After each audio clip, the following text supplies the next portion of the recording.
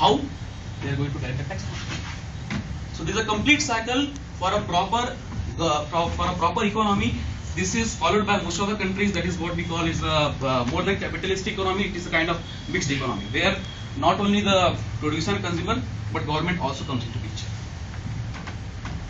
Just to give you some of an idea about the public spending, we would like to share some of the statistics. It's a statistics that we have collected from the site of World Bank and Wikipedia.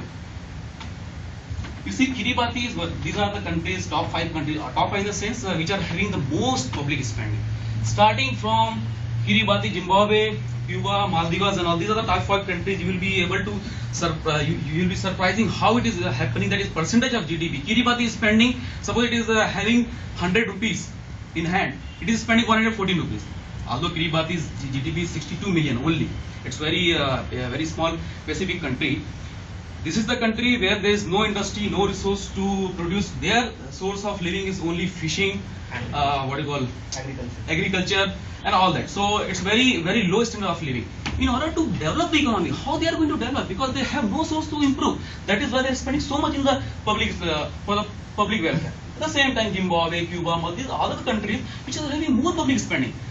Can you see the downwards? These are the countries like India. You might have been seeing this UK, Japan, US also. These are countries which are almost developed country or maybe in the developing stage. What is happening? They are having very sufficient power to grow, resource to grow. So there is some limited amount of spending. They are not spending that much what is required. What is being done in case of the underdeveloped countries. These are some graphs what Madam was just sharing with you the information. You see, 1870 to 1930.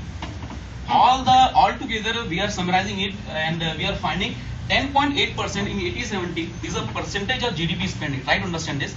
This is a percentage of GDP spending. Okay, and this is the 13.1% that is the 1930. Huge gap, but there is small minute change in the public spending because they had in this time, in this period, they had a mindset why to spend on the public welfare? What I am going to get? So it is not only the responsibility of the government. Very interesting point. It's not the responsibility of the government, but it is the profit for the government. Government is having vested interest. It's kind of watering the plant. Today you are going to water the plant. Tomorrow you are going to gain the output. You teach one person, that person will contribute you into the GDP. So it's a kind of not only the responsibility, but it's the role of the government. It's a profit for the government. They are creating the future value out of it. Come back to the statistics again. From this period to this period, when the World War was over, to again reform their economy, Germany lost the World War. You know very well, finance class also we have seen that government has Germany had to print the money and distribute to the countries like Britain and yes, across the world, because this was on the losing side.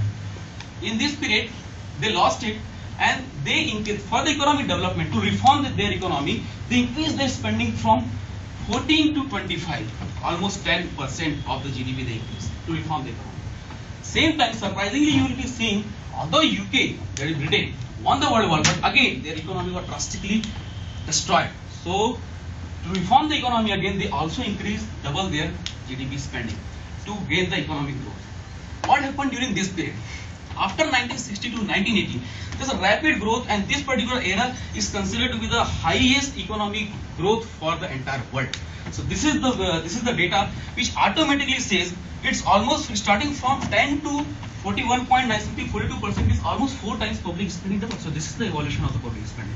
Next slide is nothing but summarization of whatever I have said, some data wise summary I have put. So I don't think anything to be told anymore.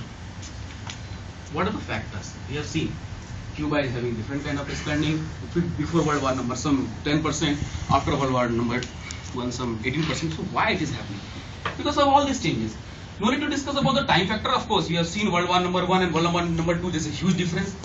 Not only the World War, but also in the India. Also, in case of India, India is having 27.2% of the GDP in the public spending. Previously, it was very less. It was something 24%. Before that, it was very less. So time to time, it is changing. Second factor is technology. Suppose if you consider the solar power plants and some of the technologies which are benefiting the countries, in that case, you might be knowing is for the installing of the solar power plant, government gives the subsidy. So their subsidy requirement comes into picture. So that is why the public spending depends on technology also. But the countries like Kiribati, as I explained, there is nothing like that. So in order to develop the technology itself, they are spending much money. Geographically, of course, There are some of the regions where there is very less opportunity to develop. There is no industry, there is no mines. So there, for improving the equilibrium of life, government spends money. Demographically, average age of people and the life expectancy plays the major role, because young people are more tending to pull the more government spending, because they need health security, they need education in some and they need the commodity subsidies in the commodities. So in case of India, it is more financial strength. Once the government is having very less public debt and all, so it's better for them to spend more. But once when the debt is increasing, the government stops the curb their spending on the public. Not only these factors, let me tell you, there are so many major factors, but these are factors what going through the papers and all we could find out in the common in all the papers present. That is why we are presenting it. Please. This is the theoretical everything and some of the data. Of course, we explained, we tried to explain a lot about the public spending and its offshoots in the public. But let us try to focus on the questions asked in the case study. Now data will speak. So we are going to see how this first question is in what areas public spending do they appear to be increasing return? What are the major factors and where this increasing return we are going to see? Let's have a look at the data. Don't bother about all the data too much. Let me explain you what I have done here. Developed country in segment, developing country in another segment. This is a year. So we collected this data from World Bank, some of the data from World Bank, major data from the World Bank side. And can you explain what is the concept of return on spending here, first of all? Yeah. Concept of the return. Because like in theory, we will say return is nothing but like your inputs increase by your one input constant, Correct. another input increases by X%, Good. your output increases by. Correct. So what is the return here? How do you define the return? Yes, this is the next slide actually that I was going to show. And in fact, in previous slide also I have showed three factors. First is the GDP growth, unemployment rate, and the inflation. Of course. So these are the major factors that with that only we are going to measure. Here put in the slides also. Here we are going to measure with respect to the percentage growth in the GDP. For public spending is in case of United States, France, Canada, these are the developed countries where I am increasing the public spending, but I am not getting that much return, decreasing return.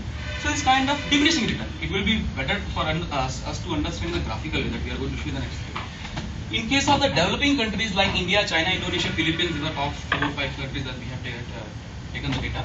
Of course, we will be sorry because some of the data is also not applicable, so that we are not publicizing here. Now here, you will be seeing there are countries, it's not always increasing or always decreasing. That depends on the, as I told you, geography, scenario, different countries, time and period and all. And their resource availability, demography, other factors are also there. So let us try to understand the increasing return in the developing countries like India, China. India is having spending like it decreased the spending, but again this percentage GDP growth increase. It doesn't say that there is an increasing return.